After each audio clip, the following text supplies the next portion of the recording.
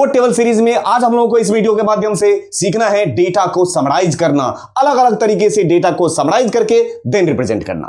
तो आगे वीडियो मिलते हैं और चलते हैं अलग अलग तरीके से। कभी मुझे समराइज करना है काउंट के बेस पे, कभी सम के बेस पे, कभी एवरेज के बेस पे, अलग अलग तरीके से डेटा को समराइज करना सीखते हैं और उसके बेस पे रिपोर्ट बनाना सीखते हैं। सब्सक्राइब कीजिए इनोजेंट चैनल को और बेल आइकन को दबाइए एक्सेल और करियर मोटिवेशन वीडियोस देखने के लिए।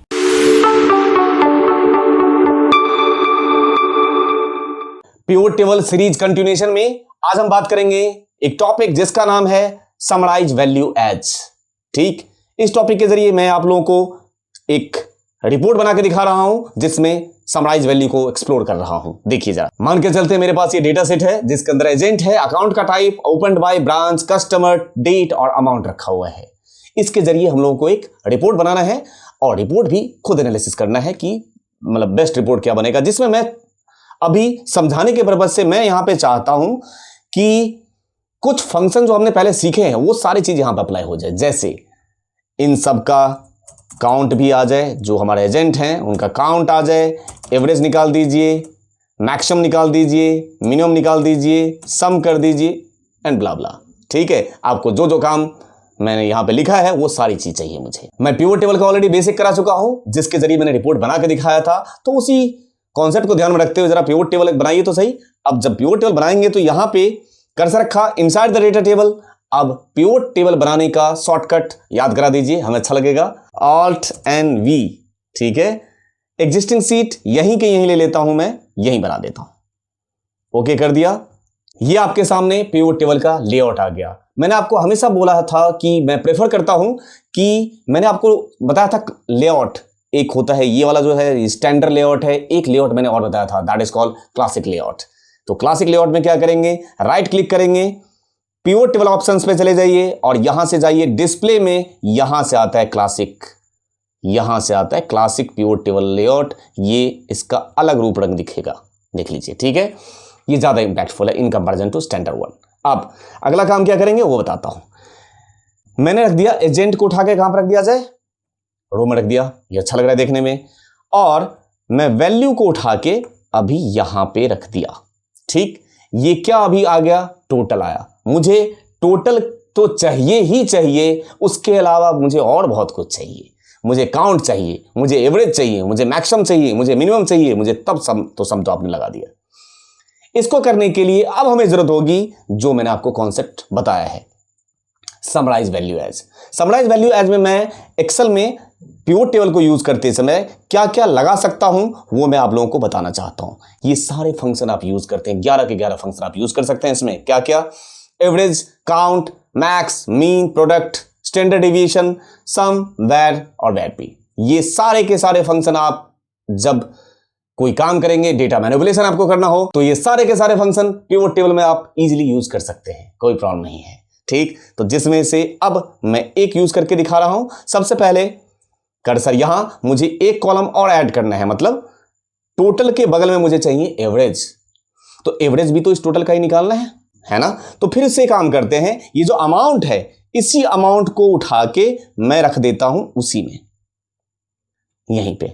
बोलो सर ये क्या किया आपने, वहां भी सम ऑफ अमाउंट और बगल में भी सम ऑफ अमाउंट। कोई बात नहीं, अब चेंज हो जाएगा। अब इसको चेंज कर दीजिए, अब कर्सर यहां रखिए।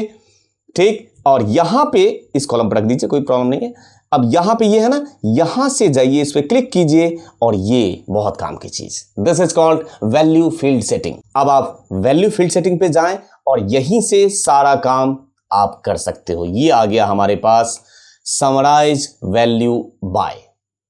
ठीक है, समराइज वैल्यू बाय में मेरे पास वो सारे फंक्शन हैं 11 के 11 जो मैंने अभी आपको बताया था। ये रहा सम, काउंट, एवरेज, मैक्स, मीन। अब आपको जो चलाना है वो यहीं से चला लीजिए। जैसे अब अगला काम सम ऑफ अमाउंट, इसका मुझे एवरेज निकालना है, ये एवरेज निकाल लीजिए, ये रहा। ठीक है, उसके अलावा मुझे अगर उसका यहां से फिर से सिलेक्ट करके जाइए और फिर से ड्रैग करके इसी में रख दीजिए और इस बार यहां नीचे जाइए, इस पे जाइए, फिर से वैल्यू फील्ड सेटिंग और इस बार मुझे लगाना है मैक्सिमम, तो ये उसका मैक्सिमम निकाल देगा, उस रेंज में जो सबसे मैक्सिमम है। फिर से जाइए यहीं पे, इसी अमाउंट को ड्रैग कीजिए, वहीं रखिए, है ना। ये ड्रैग करके आपने उसी में रखा, उसी डेटा सेट के अंदर रख दिया और यहां पे रख दिया। अब क्या आ गया, फिर से एक आ गया ना सम ऑफ अमाउंट, और यहां पे मुझे अगर मिनिमम चाहिए तो यहां पे कर्सर रखिए, फिर से जाइए वैल्यू फील्ड सेटिंग और समराइज वैल्यू बाय मिनिमम। ये रहा आपके सामने कर्सर, यहां अमाउंट। अब मान के चलते हैं यही एजेंट जो है, ये जो एजेंट आपने उठा के यहां रखा है ना, इस एजेंट को, ये तो चूंकि टेक्स्ट है तो टेक्स्ट है तो यहां दिख जाएगा, और अगर टेक्स्ट को उठा के अगर मैं वैल्यू में रख दूं तो, अगर मैं टेक्स्ट को उठा के वैल्यू में रख दूं तो गिन देगा उसको। ठीक है, यहां एजेंट को जाइए और इसको फिर से इसी में रखिए, तो देखिए, तो ये देखिए गिन दिया इस बार। आप उसको इसमें रखेंगे रो या कॉलम में, वो तो टेक्स्ट है, लेकिन अगर उसको उठा के वैल्यू में रख दिया, इस वाले फील्ड में रख दिया, तो वो तो नंबर बन जाएगा, वो काउंटिंग में चल जाएगा, वो फिर काउंट कर दिया। आपको काउंट अलग से चलाने की जरूरत नहीं है। ये देखिए काउंट ऑफ, ये अपने आप आ गया होगा काउंट, ये देखिए अपने आप काउंट ऑफ एजेंट। इतनी बात समझ आ रही है। अब रही बात इसकी, ये ड्रॉप रिपोर्ट फिल्टर, तो जिसके बेस पे आपको रिपोर्टिंग करना है, मान के चलते हैं ब्रांच वाइज रिपोर्टिंग चाहिए, अकाउंट टाइप बाय रिपोर्टिंग चाहिए, तो मान के चलते मुझे ब्रांच वाइज रिपोर्टिंग चाहिए, तो मैं ब्रांच को उठाया और उठा के इसमें रख लूंगा, क्या दिक्कत है। ये यहां लग गया फिल्टर। अब मैं ब्रांच वाइज, सेंटर ब्रांच का डेटा देखना है, यहां से सेंटर ब्रांच का डेटा देखिए। ठीक, यहां से मैं जिस भी ब्रांच का डेटा देखना चाहूं वो इंडिविजुअल देख सकता हूं, या मैं मोर देन वन, तो यहां सिलेक्ट मल्टीपल आइटम्स, यहां 2 ब्रांच का डेटा एक साथ देखना चाहूंगा मैं। ये 2 ब्रांच का डेटा एक साथ आपको दिखाया। तो इसके जरिए मैंने आज क्या बात की है, इसमें मैंने आज आप लोगों को जो कॉन्सेप्ट सिखाया वो बताया था समराइज वैल्यू एज। आप समराइज वैल्यू में किसी भी टाइप के डेटा को, जो भी आपको उसके ऊपर ऑल्ट्रेशन करना है, जो भी फंक्शन लगाना है, वो उसके लिए क्या करेंगे, यहां जाएंगे वैल्यू फील्ड सेटिंग पे जाएंगे और यहां से बात करेंगे हम समराइज वैल्यू बाय, जिसमें आप कोई भी फंक्शन आप लगा सकते हो। ठीक है, जैसे जैसे आगे हम चलेंगे टॉपिक में, मुझे जहां पे जिस फंक्शन की जरूरत होगी, जैसे कई जगह मुझे प्रोडक्ट की होगी, स्टैंडर्ड डेविएशन की जरूरत होगी, वहां पे मैं वो फंक्शन लगा के आपको उसके जैसा रिपोर्ट बना के दिखाऊंगा। कुछ ये जो फील्ड का नाम ऊपर में आ रहा है, ये देख रहे हैं, ये फील्ड का नाम, ये आप यहां से भी एडिट कर सकते हैं, यहां से आप खुद से एडिट कर दीजिए यहां से। ठीक है, जो भी आप यहां से भी एडिट कर सकते हो, या दूसरा ऑप्शन आप, ये ऑलरेडी अमाउंट पहले से होगा इसलिए नहीं ले रहे, हाँ अमाउंट पहले से, ये आप यहां से भी एडिट कर सकते हैं, या दूसरा ऑप्शन है कि आप यहां पे चले जाएं फील्ड में और फील्ड सेटिंग से भी जाके अब आप चेंज कर सकते हो। देख रहे हो ना, कस्टमर नेम यहीं से भी चेंज हो जाएगा।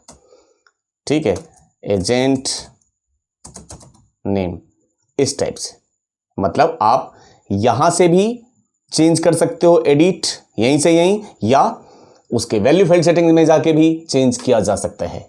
ये तो टेबल के बेस पे, जो डेटा टेबल है मेरे पास, सोर्स डेटा है, उसके बेस पे इसने रिप्रेजेंट कर दिया। और हमने क्या सीखा इसमें आज, समराइज वैल्यू एज। डेटा को समराइज करना मतलब सम करना, मैक्स करना, मिन करना, जितने भी फंक्शन थे वो लगाना आपने सीखा। ठीक है, उसके बेसिक्स आपने देखे। साथ के साथ नेक्स्ट वीडियो में आप लोगों के लिए लेकर आऊंगा, उस टॉपिक का नाम होगा शो वैल्यू एज। वैल्यू को शो कराने का अपना एक तरीका होता है। मान के चलते हैं मेरे पास ये वैल्यू है, मैं इस वैल्यू को ऐसे नहीं दिखाना चाह रहा हूं, मैं इसको परसेंटेज में दिखाना चाहता हूं, मैं इसको ग्रांड टोटल का परसेंटेज दिखाना चाहता हूं, मेरा मन है मैं नहीं दिखाना चाहता हूं। ये जितने भी ऑल्ट्रेशन, डेटा मैनिपुलेशन वैल्यू को शो कराने के लिए करेंगे, वो मैं आप लोगों के लिए सामने लेके आऊंगा नेक्स्ट वीडियो में। ठीक है, नेक्स्ट वीडियो में मिलता हूं। Thank you very much.